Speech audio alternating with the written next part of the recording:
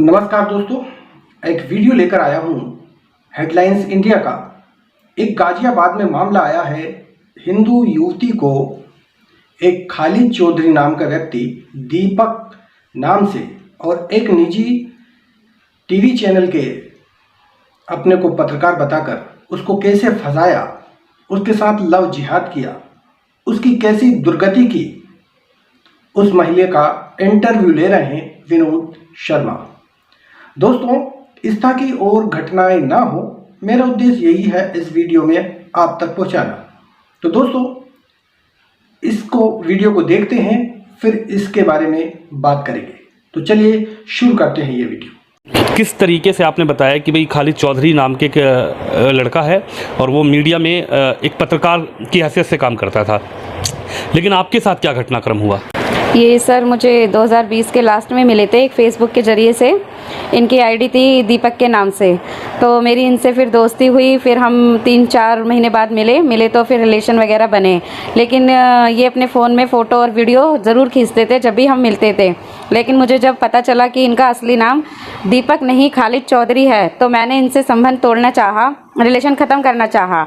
लेकिन सर इन्होंने मुझ पर उन्हीं फ़ोटो और वीडियो का दबाव बनाया और रिश्ता दोबारा से रखने के लिए मेरे को डरा धमका कर रिश्ता रखने के लिए मेरे को ज़बरदस्ती मेरे पर दबाव बनाने लगे कि मैं एक पत्रकार हूँ, तुम मेरे साथ संबंध बनाओ। जब पहली बार मिले थे सर, तो जैसे घूमे फिरे थे, तो इन्होंने अपने साथ वीडियो फ़ोटोज़ वगैरह बनाई थी। पहली बार में तो नहीं, लेकिन जब मैं दोबारा इनसे मिलने गई गाज़ियाबाद में, इन्होंने बुलाया होटल में, तब मुझे वहाँ पर जब मैंने इनकी आईडी देख ली, तब मुझे पता चला कि ये एक मुस्लिम है। तब मैंने उनका विरोध किया, मैंने बोला, तो उन्होंने बोला कि अब तुम कुछ नहीं कर सकती हो, क्योंकि मेरे फ़ोन में बहुत सारी वीडियो और फ़ोटो हैं तुम्हारी। अगर तुम मेरे से दूर होना चाहोगी तो जब भी नहीं हो सकती, क्योंकि तुम्हारी फ़ोटो और वीडियो मैं वायरल कर दूंगा। मेरे बहुत ऊपर तक पहचान हैगी और एक मैं बहुत बड़ा पत्रकार हूँ। होती हैं उस तरीके का इसने डाटा कलेक्ट कर रखा था आपसे, वीडियो बनाकर खींचकर फ़ोटो? हाँ जी सर, ये मुझसे कुछ मेरी प्राइवेट फ़ोटो भी थी इनके पास, जो इन्होंने ले ली थी, जिसके ये डराते धमकाते थे। और मैंने जब रिश्ता ख़त्म करना चाहा, तो मैंने सर इनका फ़ोन उठाने बंद कर दिए थे। लेकिन ये इतने तेज़ थे, इतने शातिर थे कि इन्होंने अपने फ़ोन में व्हाट्सएप वेब के ज़रिए से मेरी फेसबुक, इंस्टाग्राम हैंग कर लिया और कॉपी पेस्ट, मेरे सारे नंबर कॉपी पेस्ट कर लिए। जब मैंने इनसे संपर्क तोड़ना चाहा, तो इन्होंने एक फ़ोटो थी सर, जो मैं इनको गाल पे किस कर रही थी, इन्होंने वो फ़ोटो मेरी फेसबुक आईडी पे अपलोड कर दी थी। वो मुझे पड़ोस की एक चाची हैं, उनके ज़रिए से पता चला कि दीदी आपने एक फ़ोटो डाली, आप लड़के को किस कर रहे हो। तो मैं समझ गई कि ये खालिद ने ही डाली है। मैंने खालिद से कॉन्टैक्ट किया, तो खालिद बोलने लगा, अभी तो एक ही फ़ोटो डाली है, बाकी तुम्हें पता है कि मेरे फ़ोन में क्या क्या है। तो आपने इसका विरोध नहीं किया कभी भी? बहुत शातिर थे, बहुत। उनका फ़ोन का पासवर्ड मैं खोल नहीं सकती थी। मैंने बहुत कोशिश की थी फ़ोटो वीडियो डालने की, डिलीट करने की, पर सर शायद वो फ़ोटो और वीडियो अपनी मेल आईडी पे डालते थे। वो मेरे को दिखाने के लिए कि जब मैं ज़्यादा वो करती थी, डिलीट भी कर देते थे, लेकिन वो मेल से रिकवर कर लेते थे दोबारा। तो वो सारी फ़ोटो मेरी अपनी मेल आईडी पे डालते थे। और सर मैं कहाँ से डिलीट करती, 4-4 मेल आईडी बना रखी थी, 4-4 फेसबुक आईडी वो चला रहे थे। बताओ कहाँ से मैं कितना डिलीट करती, ये बताओ। क्या आपको शादी के लिए भी कभी प्रेशर किया? क्योंकि देखिए वो मुस्लिम थे, तो उनके धर्म में निकाह होता है। क्या आपको निकाह के लिए भी, या फिर इसके बाद कभी आपको कहीं लेके गया? किस तरीके से आगे क्या हुआ फिर?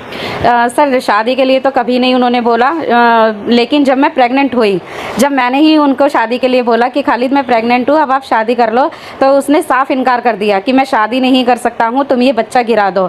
जब मैंने बच्चा नहीं गिराया, मैंने उनकी बात नहीं मानी और मैंने उनको बोला कि मैं ऊपर शिकायत करूँगी, तो उन्होंने कहा कि तुम किसी से कोई कार्रवाई मत करना, मैं अपने घर में शादी की बात करता हूँ। तब उनके बड़े भैया और उनकी मम्मी के खालिद ने बोला कि बड़े भैया और मम्मी मान गए हैं, आ जाओ हम निकाह करेंगे। तो सर वो अपने घर पे लेकर आया। अपनी मम्मी के और बड़े भाई शाहिद कुंवर के कहने पे वो हमें निज़ामुद्दीन मस्जिद ले गए। उन दोनों ने कहा वहाँ चले जाओ और वहाँ जाकर निकाह कर लो। वहाँ ले जाकर खालिद ने मुझे एक हिजाब सा पहनाया और कुछ उर्दू में मुझे पढ़वाने लगा। वो सर जब उसने मुझे कुछ नॉनवेज सा, कुछ पता नहीं मांस सा रखा हुआ था, क्या था वहाँ पे, अजीब सा खाने के लिए देने लगा। मैंने उसका विरोध करा, तो खालिद ने कहा कि पहले तुम्हारा धर्म बदला जाएगा, तुम्हारा जो असली नाम है उसको बदलकर आयत कुंवर रखा जाएगा, तब निकाह होगा।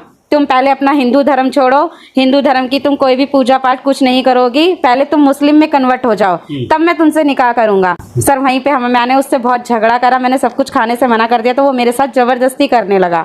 क्या जो खाने के लिए आपको दिया वो नॉनवेज था? कहीं उसमें कहीं ना कहीं गौ मांस था, इस तरीके का कुछ था कि आप पहचान सको? किस तरीके का वो खाने का जो आइटम दिया था, क्या वो आप समझते कि नॉनवेज था वो?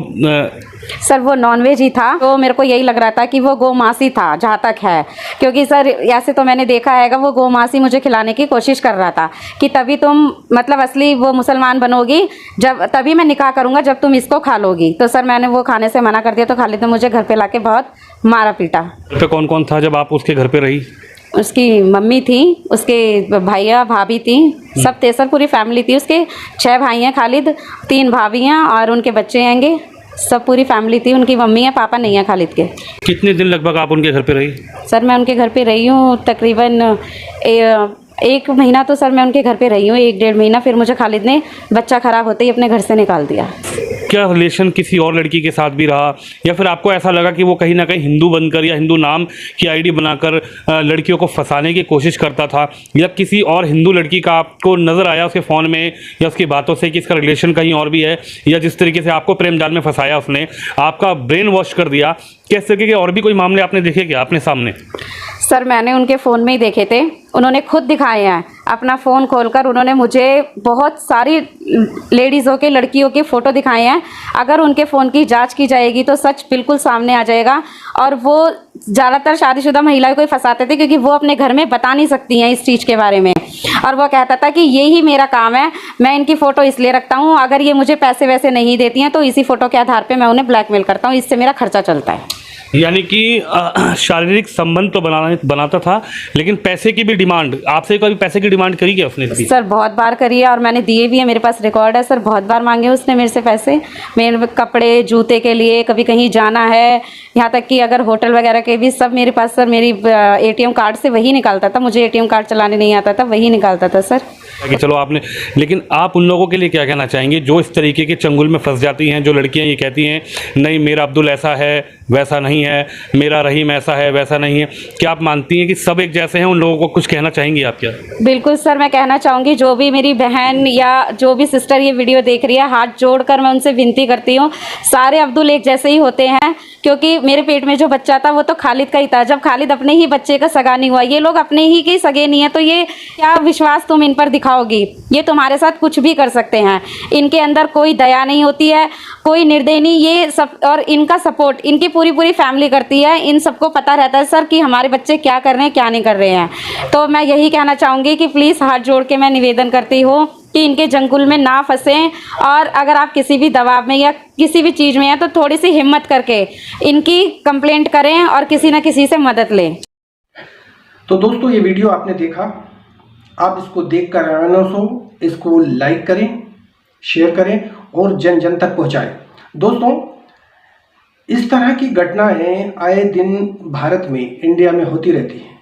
काफ़ी हद तक रोक भी लगाई है, लोगों में जागरूकता भी आई है। अपनी चालबाजी से धोखा देकर किस तरह फंसाते हैं, धर्म परिवर्तन के लिए दबाव बनाया। अब महिला एक बार फंस जाती है तो अपने परिवार से भी कट जाती है और अपने रिश्तेदारों से भी, और अपने रिश्तेदार भी उससे मुंह मोड़ लेते हैं। तो उसके लिए कोई दूसरा रास्ता नहीं बचता कि वो उससे शादी कर ले। लेकिन फिर होता है अत्याचार। वो कभी भी अपनी पत्नी को एक टूल किट, एक खिलौना समझकर यूज़ करते हैं और जब चाहे जब उसको बाहर फेंक देते हैं। तो दोस्तों इस वीडियो का यही उद्देश्य है कि लोगों तक जागरूकता फैले, बहन बेटी माएँ सुरक्षित रहें और वीडियो को सत्य मानकर अपने अंदर उतारें और इस तरह की घटना से बचाओ। तो आपको वीडियो कैसा लगा, लाइक कीजिए, कमेंट कीजिए और कमेंट बॉक्स में लिखिए अपने विचार। धन्यवाद।